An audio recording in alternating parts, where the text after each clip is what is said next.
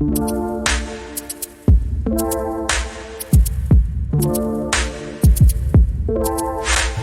everyone, I am Stephen Drew from the Architecture Social, and I am back with the podcast. We're in for a real treat. Nice little treat going into the next week.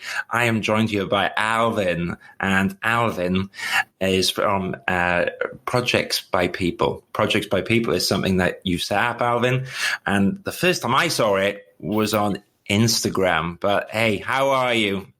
You well? Yeah, I'm good, thank you. I'm very good, Stephen. It's good to be here. Yeah.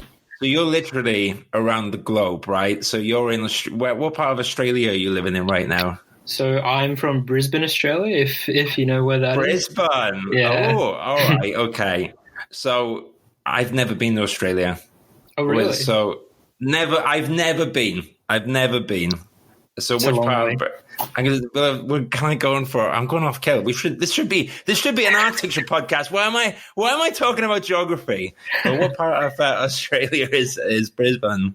All right, awesome. So you studied in Queensland. So I'm going to bring it back in. So I'm going to put down the globe, and we'll talk about how we first met. So when I was setting up the Architecture Social, I was looking around online, and that is the power of online, because you see different blogs, different people from all different parts of the world, and Projects by People kind of caught my eye because it's a really interesting, I guess you can call it concept, or a really interesting showcase of people's work. And I think it does a lot of really good and interesting things, and it shows me a lot of interesting people's work. It's actually one of the inspirations for how I go about my Instagram page. But do you want to, for anyone listening, Alvin, do you want to explain a little bit about what Projects by People is about? Yeah, definitely. So I might just add some context and give you a bit of the story behind why I started it. Please, because I've just banged on about Brisbane, so we need to bring it back. I need to get this back on track before I get pulled off there. So yeah, but I mean, if at any point you feel like I'm rambling, just let me know. No, you're quite concise. It's me that's rambling. Go ahead. Okay, so after I graduated my bachelor's in 2018, I was in a really weird place. I felt like I hadn't actually achieved very much in the 3 years, and I spent a lot of time reflecting on, what I'd actually gotten out of the degree, and it kept coming back to the same thing. So, I felt like come on. Okay, it's okay. We're all friends here. Yeah. Me, you, and the virtual listeners out there, right? Yeah. So I came out of architecture school not wanting to practice architecture at all. Okay. And, it was a really tough time, but despite all of the, rough patches, there was one thing that really stood out from my experience at architecture school, and that was the chance that I got to go on exchange to Milan in my second year. Okay.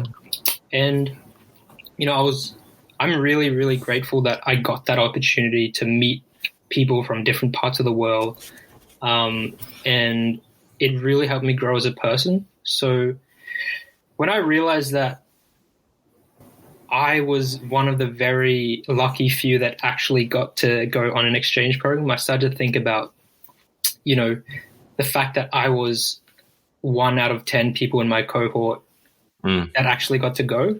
And a lot of people talked about wanting to go, but for whatever reason, there was always, something stopping them, whether it was financial problems or family issues or maybe just limited spots, which I think is a real shame, because I think everyone deserves that opportunity. I think it's something really special. And even though it's probably impossible to replicate the experience of traveling, I think that experience of meeting people is something that is definitely possible. It's something that you can do through social media. And, it gives you the chance to meet people from outside of your studio, outside of your university, outside of your country. And the vision for Projects by People was to kind of create a global community, which would become kind of like an online studio. It takes all the good parts of studio culture. And I mean, this is kind of funny because, a a lot of studios now are online. But, I figured, why not try and build a community that actually focuses on the people behind the projects? Because, there's so many pages out there that really focus on projects, and I kind of wanted to shift the focus back to the people, their hobbies, their interests, and hopefully through like a mutual interest or maybe conversation starters, people could connect. And, these people might have never met otherwise. So that's it. I love it. I mean, and we touched upon it briefly before this, and when I talked about it is interesting to hear Thomas Hedberg talk about his projects. They're amazing projects. I just think there's a lot of people that in my job I've spoken to, for instance, people that work alongside someone like Thomas that helps projects get realized, and in the architecture community, you do speak to a lot of students, and they will have fantastic works, and actually finding someone even at the beginning and the middle and the end of their career is very interesting. But you talked about a few things there which resonate with me.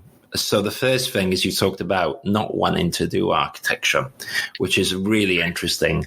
And because I studied architecture and now I do recruitment as well as the architecture social, that's more of a passion point, which kind of weaves into my professional work. And it comes from architecture because I love architecture. When I came out of architecture school, I worked at an amazing architectural practice. And over a few years, it was a strange feeling I felt where I was like, I don't want to continue being an architect. I like architecture.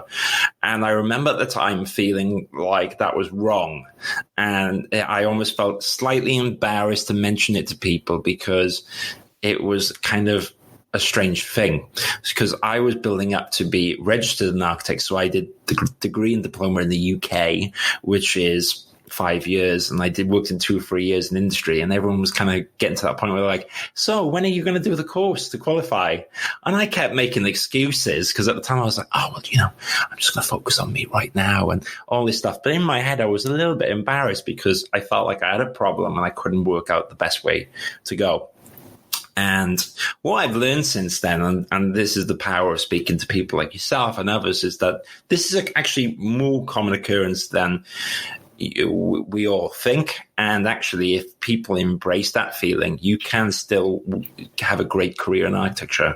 So, for instance, a good example I use all the time, I've gone into recruitment. Another good example, though, is journalism or media. So you get a lot of marketing companies which is focused on architecture, and coming from an architectural background is a massive help. So there's one or two in the UK. One's called Ing Media, one's Caro Communications. I have a friend that worked with me. I was her boss in recruitment. She went from recruitment to communications. So I wanted to flesh that out a bit because it doesn't get talked about enough. And so where you're at right now, do you still quite know the answer yet? Or are you kind of working out where you want to go with your architecture qualifications and what you want to do, Alvin? Yeah, so I think after, I guess, the last year and a bit off, I think I really figured it out because I gave myself time to kind of explore different avenues. And I would just go back a bit to like when I graduated architecture school. Like I said, I came out not wanting to practice, but the one thing that I did come out really proud of was one project, and it wasn't actually an architectural project. It was a video I filmed for the end of year exhibition, and that was, I think, the best project I did through university. And through that process, I interviewed a bunch of students. I was filming all day in the studio, and I really fell in love with filmmaking. Okay. And, that's where I'm at now. I've taken that and I've been volunteering for the Australian Institute of Architects. I've been filming some projects for them. For projects by people, I've been working on some film projects. I do the film side, the production side, I guess, for the Mad Collective, and I really, really enjoy it. I can tell. I mean, it looks good. The Mad Collective looks good.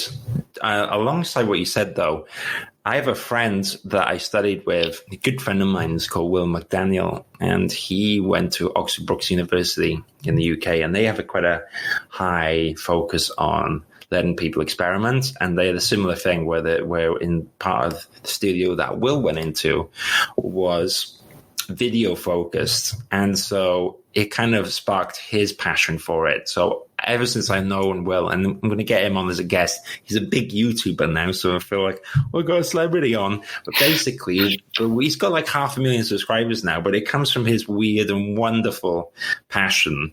And so his channel is Will McD. And if you look into it, he makes all these weird and cool, interesting concepts. He writes the scripts and he makes these models of monsters. And that was all inspired by him experimenting in architecture. And another thing the reason I bring this up to talk about what you do as well is because I think we underestimate that the course in architecture offers so many skills, right? And I've learned that actually, I think one of the reasons why I'm always been interested in architecture, but in terms of what the course has offered me, through studying it, I am much better at presenting, apart from the intro to this podcast. Okay, all right. Well, I'm learning, but it's that ability to go out there and try things and improve the formula. And so part of what you're doing, Projects by People, that process of design, I think comes from you, but that's what you've learned in architecture. And I think the way I don't have a problem speaking in front of people. I used to get very nervous. Over time, that's changed. And I think that comes from architecture school. It's the concept of a crit, isn't it? Where we all get bashed down if we haven't thought about it. And actually, when you go up there with a concise idea and you fight that resistance, you grow from it. So there's loads of ways where the career in architecture can go. The other point that I wanted to bring up, because you talked about it earlier, which resonates with me, is you're talking about traveling. Now, when I had a recruitment business, and it was quite stressful a few years ago. I mean, I lead a recruitment team now, but I used to own my own business. And I remember specifically during that time, I'd make a lot of excuses not to go traveling. I'm too busy. Because, you mentioned people were giving excuses. I was like, I'm too busy. I've got to run a business. I've got to do all this stuff. Mm-hmm. And it was a bit of a shame when I look back. And I think the last year or two at my work, they used to tease me going, where are you flying this week, Steve? But a year or two, I had a little epiphany moment of like, oh, I'm going to be dead one day and I'd like to see the world. And to resonate what you were talking about, Alvin, I found it really enriching as well. I came back from traveling, you meet different people, you go on adventures, and you learn about yourself. Because I remember I was going last year, I was supposed to go on holiday with a friend, and right before it, he had an accident. Okay. Yeah. And then he was like, and he's okay, so don't worry, but he couldn't get on the plane. Mm-hmm. And I was like, I'm going to have to go by myself? What am I going to do? And I had a total mini freak out. And then I went and it was fine. And I made friends. And you learned that you can do things on your own. So travel is really enriching. I mean, it's a bit of a strange time now with the virus. But yeah. What's your kind of plans for the next? Have you thought about, do you want to continue traveling? Do you want to continue the blog? Or I'm quite keen to learn what you're interested in the next step, or maybe you don't know, and that's fine too. It'd be just interesting to hear your thoughts. Well, in terms of traveling, I guess one of the setbacks that I have now is money. But besides the pandemic, but also I will be moving to Sydney next year for my master's. So I've actually gone back to study my master's in architecture, which I started this week. But yeah, I'm moving to Sydney. So I guess that's kind of traveling. I think that's awesome. I've never been to Sydney, but it looks amazing. And I think masters can be really enriching because you kind of focus. Well, masters is a certain level of, yes, there's a syllabus and a project, but it really is that level where it's down to what you want, right? And on where you want to take it. Yeah. So, all right. So you're doing your masters. What do you think? What is it like juggling Because you've got about 5,000 followers on Instagram, okay? Yeah. And there's also, I've learned that with all these things, you probably have your own post schedule in, and there's a lot of work that goes involved in there. You've got to edit people's files. They send you a JPEG, which is too big, too small. You find it doesn't work. Because that's been my world lately. Yeah. You're like, please send me a certain size. But there's a lot of work involved in this. And how do you find juggling online tools with studying? Because did you do it before and you're going to do it again, or? I've just started actually, so we'll see if it gets worse. But for now, you might have to calm down. Yeah, I mean the study plan for me is kind of extended. Like I'm in no rush to finish the degree, so I decided to make it 3 years instead of 2 because I really do want time to work on other things. Like I don't want to just drop everything I've done to focus on studying because I don't think it's worth it. I think there needs to be a balance. Whether or not I can actually hold up, I'm not sure because, it's first week, nothing's really happened, but we'll see. Well, wherever happens, it's fine. And what is another, because I love the fact that we can talk about architecture, but at the same time, because you're a content creator, there is a little element that I find interesting with that, because as architects, we always want to showcase our work. We want to showcase our project. And, even if you're a student, at the end of the year, you need to showcase your project to win a job or to gain attention. And what's interesting about Instagram is it's a fantastic tool. It does require a bit of commitment, and we were joking about it earlier, where I can be having a dinner in the evening, and whoever I'm with can be a bit frustrated that I'm on my phone sometimes. And so you have to get a bit of a balance.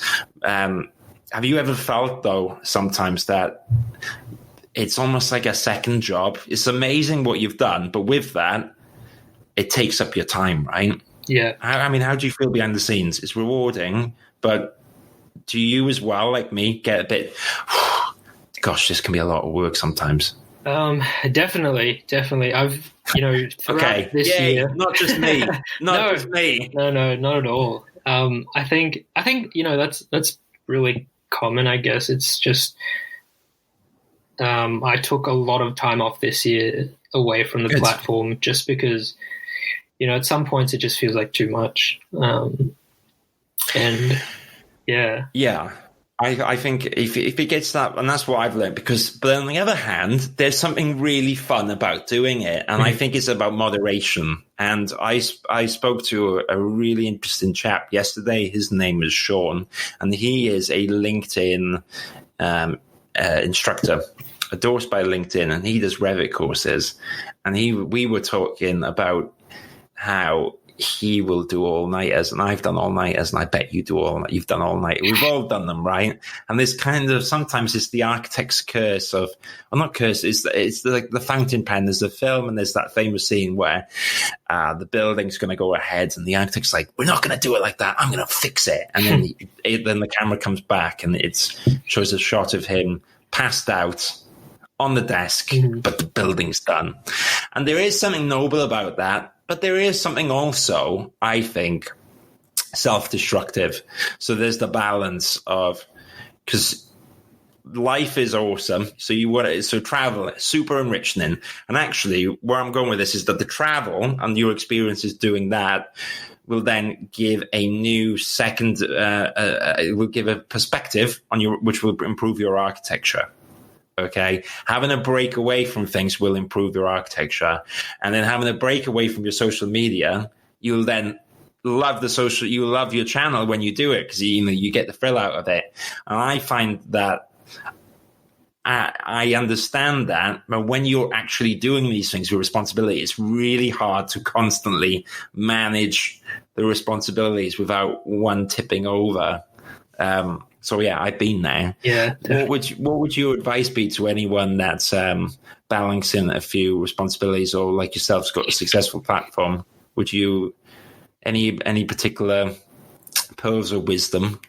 I'm probably the last person who asks for advice, because I kind of just disappeared for a bit. And I'm not happy with this. I'm going to get out my belt.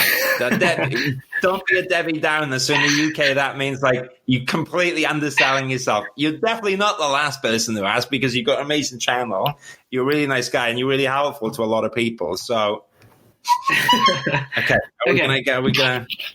If I were to give advice, it would be to really remember that, taking a step back is okay. Because for me, sometimes I feel really bad when I want to take a break. I feel like, this is my responsibility now. I have to keep going or I'll let people down. But, people understand that a person is running the page and it's okay to just step back sometimes. Yeah, mm-hmm. I think that makes sense. Well, it's quite interesting that you're doing your masters now. I think that things change. And I'll tell you another little story about me is that I remember when I was on my third year of architecture and it's just about to finish. So third year is like the first part of the degree. And I remember it was just about to finish and I had a complete freak out. And I remember I saw the university counselor because I was like, it's ending. I don't know what I'm going to do. I don't know what the next chapter is. But then when I finished and then I started looking for a job and went to the next chapter, suddenly things over time started to become okay and you adjust to it. But it's like your masters, and then I think you could totally get sucked in and engrossed and things can change. And what I quite like as well is a little bit like I've noticed there's subtle changes with the projects by people which have changed over time. You've introduced new infographics, you introduced new ways to go about it. I think that's important, though, to constantly evolve the platform. Do you have any plans for where you want to take it? Or right now, are you quite happy with where it's at?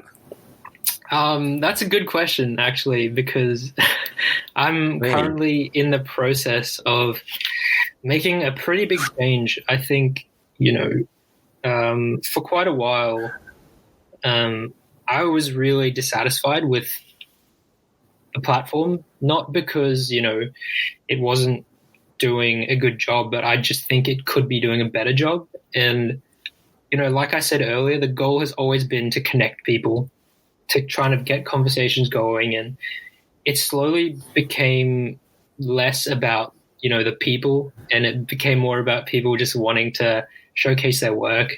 So, right. Okay, that's interesting. Mm-hmm. Let's talk about this point for a second, mm-hmm. because I think you're onto something here, and I've noticed it as well, where just to post stuff up, I think sometimes I've seen a good example will be a Revit course. Okay, does the person want to study it to learn and improve their BIM, or do they want that piece of paper at the end? Mm-hmm. I think there's a little culture of that sometimes. And actually, I've done it before. Remember, I signed up to a course before, and really, I just wanted the certification. This was years ago. I kind of look back and I was like, oh, I wish I went to more of the classes. Mm-hmm. Stephen Drew, you were an idiot. But actually, yeah, because the point of the class is that you're in the class and you learn, and you engage with other people, you make friends, and from that, you gain experience and you gain, you just improve. Or maybe you gain an opinion. You go, I did it this way, I learned this failed. And from that is the real value, not the PDF picture, not the certificate that comes with it. And so my question is so with your tool, it's really good at showcasing awareness. How do you keep engagement with these things then? So it's like I have it on the social as well, where the architecture social is amazing when conversation goes. And so I'm trying to actively push everyone to chat with each other. And one of the interesting things that came out of it is that someone messaged me the other day and they were like, oh, well, I actually spoke to someone on the platform and we both like tennis, so we went to play the game of tennis, and I was like, that is amazing. I was like, that's probably one of the coolest things I've heard on there. That's incredible. And that's what I wonder is, so with Instagram, how much of the Instagram, so Instagram is great for promoting awareness and it's like LinkedIn, but you can get lost into the algorithm and you can get lost with the feed. And where I'm trying to go with this is like, how do you retain substance and get people talking and get people involved and it not becoming something where something post their work and then they flitter off somewhere else? Mm-hmm. That's something I've been trying to figure out for a long time. I was kind of open for an answer, but I was like, that's a really unreasonable question because everyone's working out. It's difficult though, isn't it? It is.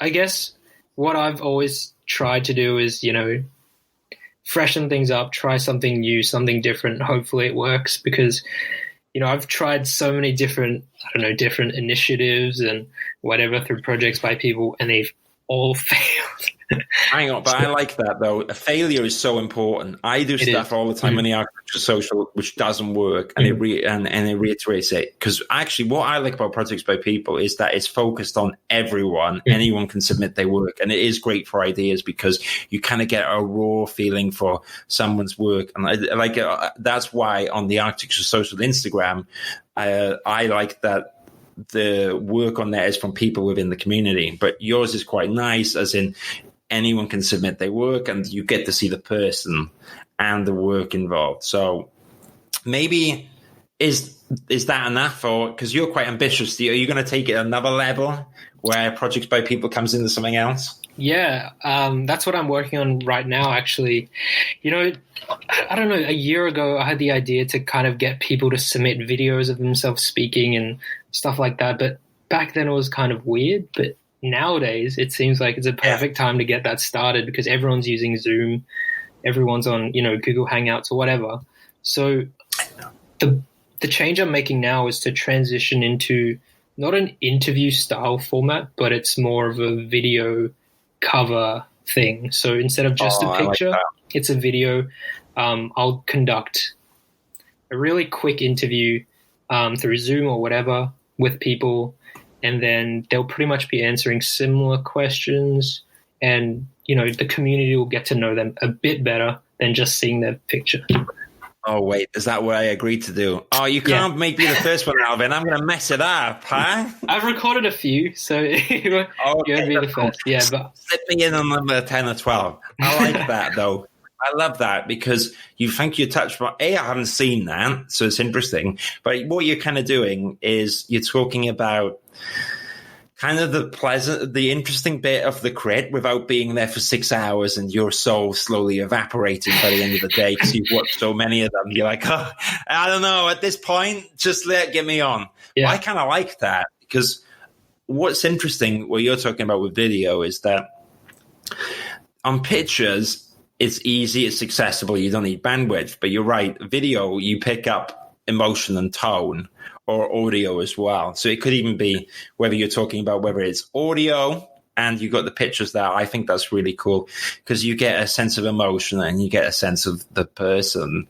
And with video, that's also quite interesting as well. I do think that's a kind of a step up. And then actually what I like about that, because it plays upon what I was, earlier I was like devil's advocate, was like, I like what you do, but if some people put an image or two, are they really caring that much? Mm-hmm. But actually, if they're going to do a video, then I like that because the person's got to get a bit more involved. They got to be, if they're not passionate about their project, it's going to be so transparent, isn't it? That you're like, why are you doing it? Mm-hmm.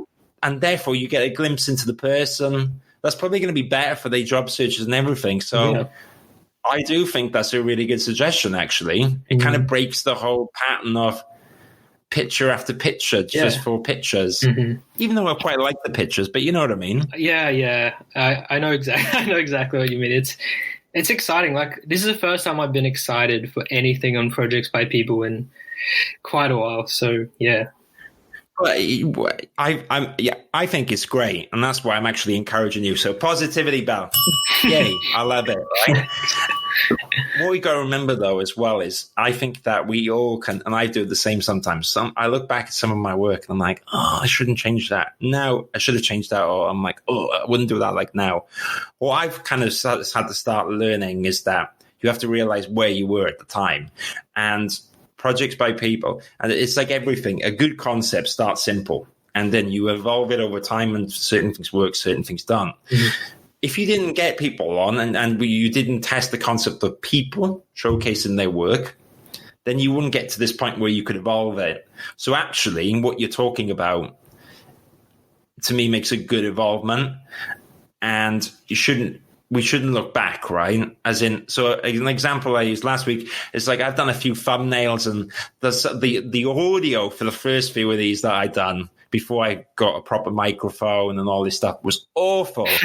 And I just ran, because there's a little part of me that before I would have gone back and gone, oh, can we remaster these or retweak these? But the point is, are people really, I think the substance in there was good. And actually, if I play around with it, I'm messing with the old formula. And actually, why don't I just reinvent the new one, get new thumbnails and experiment with it and change how things work. And it's the same thing on the social way. And it's one, actually, let's talk about one that we talked about. We're involved in, because when I started, I thought, oh, it'd be amazing to get all the super cool influencers groups on the social. And it was a great idea, and everyone I asked was up for it. But then what happens is you learn, my kind of thoughts is that it's a bit of a repeat of what you guys were doing, and therefore it becomes almost a burden, and it wasn't that interesting. So I like Sana's group because she kind of plays with it, and we Sana from the Mad Collective. Yeah. Very, very impressive young lady, driven, ambitious. Yeah. I don't know how she does it. Me neither. I would love to have Sana's energy. I need to bottle it into a potion, and I think we'd make a lot of money. She's done a great group, but then what I learned is that it was almost like taking the joy out of it and making it another chore, another platform, and so actually the more I'm thinking about it is that with the groups, based upon that, what I'm going to try and do, so the thing that I'm going to try and focus on, and maybe if we do another one of these, you can be like, Steve, did you do it or not? Is that with the groups, what I'd like is to get all the universities involved and a place for people, because right now you've got some groups on Facebook, some student unions, and everything's fragmented. But wouldn't it be a really cool idea for all the universities around the world to be kind of in a loose platform together, but have their own bubbles? Offer something that hasn't been done, and offer conversation, a place for people to talk. Because I think that hasn't been done. Whereas asking you, Alvin, in your busy schedule to repeat your project is kind of like soul destroying. I want a life. Get me out of here. I'm a celebrity. Get me out of the jungle. But you get what I mean. But if I didn't have those conversations and learn from seeing what works and what doesn't, what people did and what didn't do, then I wouldn't have got to that. And it wasn't like, Alvin, you haven't done anything. It's like, hey, I wouldn't do that. It's more like, okay, why not? And then, it's because it's not that engaging, or it's not that interesting because you're actually rehashing like another buffer feed what's already there. So failure is important. And actually, on that note, I've got to be careful. I feel like pressing this bell all the time. So tell me stop pressing the bell. But I think if you're not out there and you're not failing, then you're not going forward. And I think that, look at it this way, right? Projects for people, I'm subscribed. There's so many people that are subscribed. And then by rejigging the formula and growing it, you actually got a nice core audience. And I think the audience is there because actually things are... I'm not subscribed to Instagram just for the sake of it. And if I didn't like it in my feed, I wouldn't be there. So there's something good there. Are you quite proud of it? You must be, right? Yeah, I really am, because it's one of those things where, like you said, there's like a core audience, and those are the people that really, constantly keep up.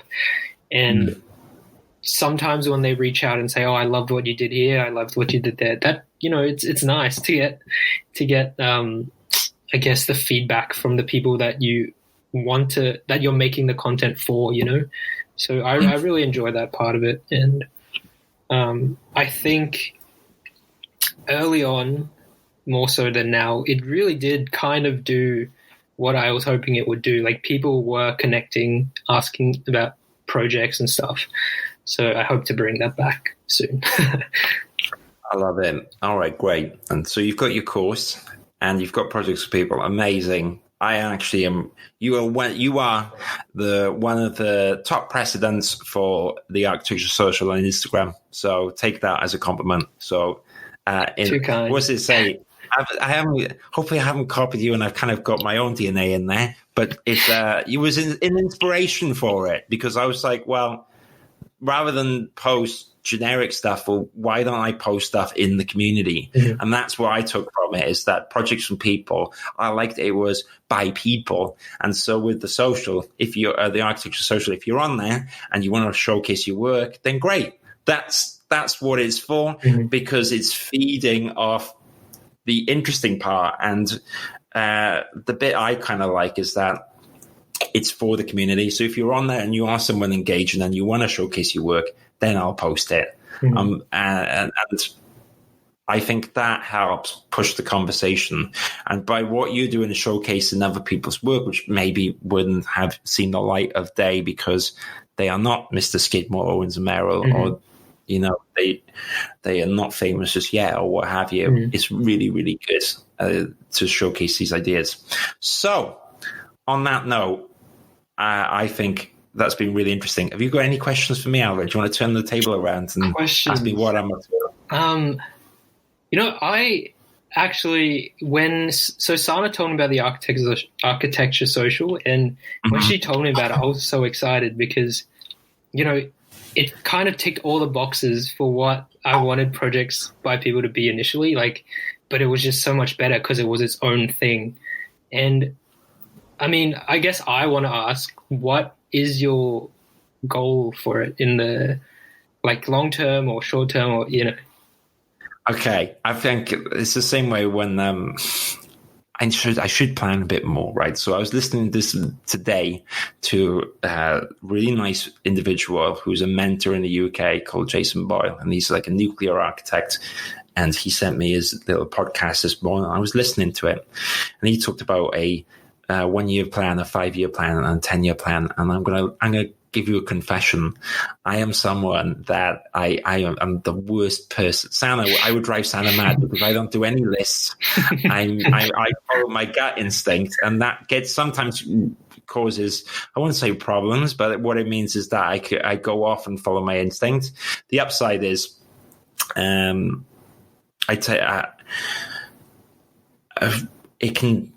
I take on challenges, and so, I saw an opportunity there. My gut instinct said that there's nothing here. There's nothing for students. So I was like, I'm going to do it. And a lot of people thought I was crazy. I've had it happen before when I said I would go into recruitment from architecture, and people were like, you're insane.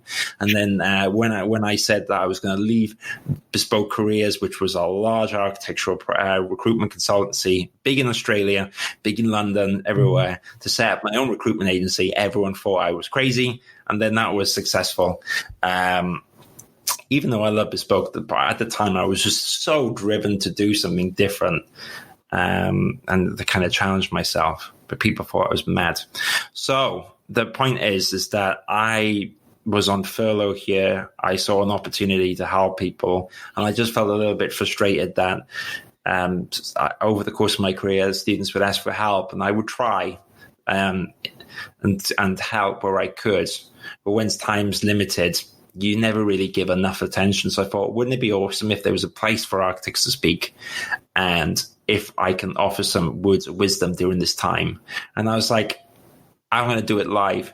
And it's the same thing with everyone else. I just put it up. Okay. And I'm not saying this is the way you should do it, but I just whacked it up. And then I spoke to 2 or 3 people. And then I reached out to you, and there was 10 to 20 people. And I'm like, hey, do you want to join?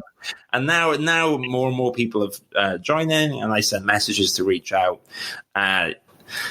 But I didn't overly think it. I just felt like in my gut there was a need for it. And also where I look back is that my constant benchmark is, would I have liked this when I was in architecture?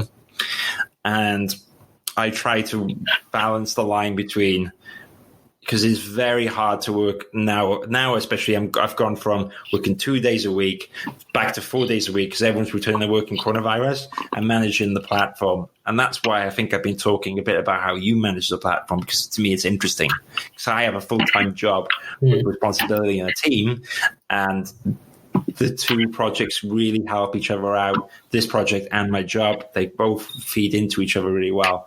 But the balance has been difficult and a learning curve, especially with a real life. But so the long answer, I don't know where it's going to go. And that's the fun bit of it, because I kind of see it like what I'm going to try and encourage Alvin is that I want more people to feel like it's theirs to use.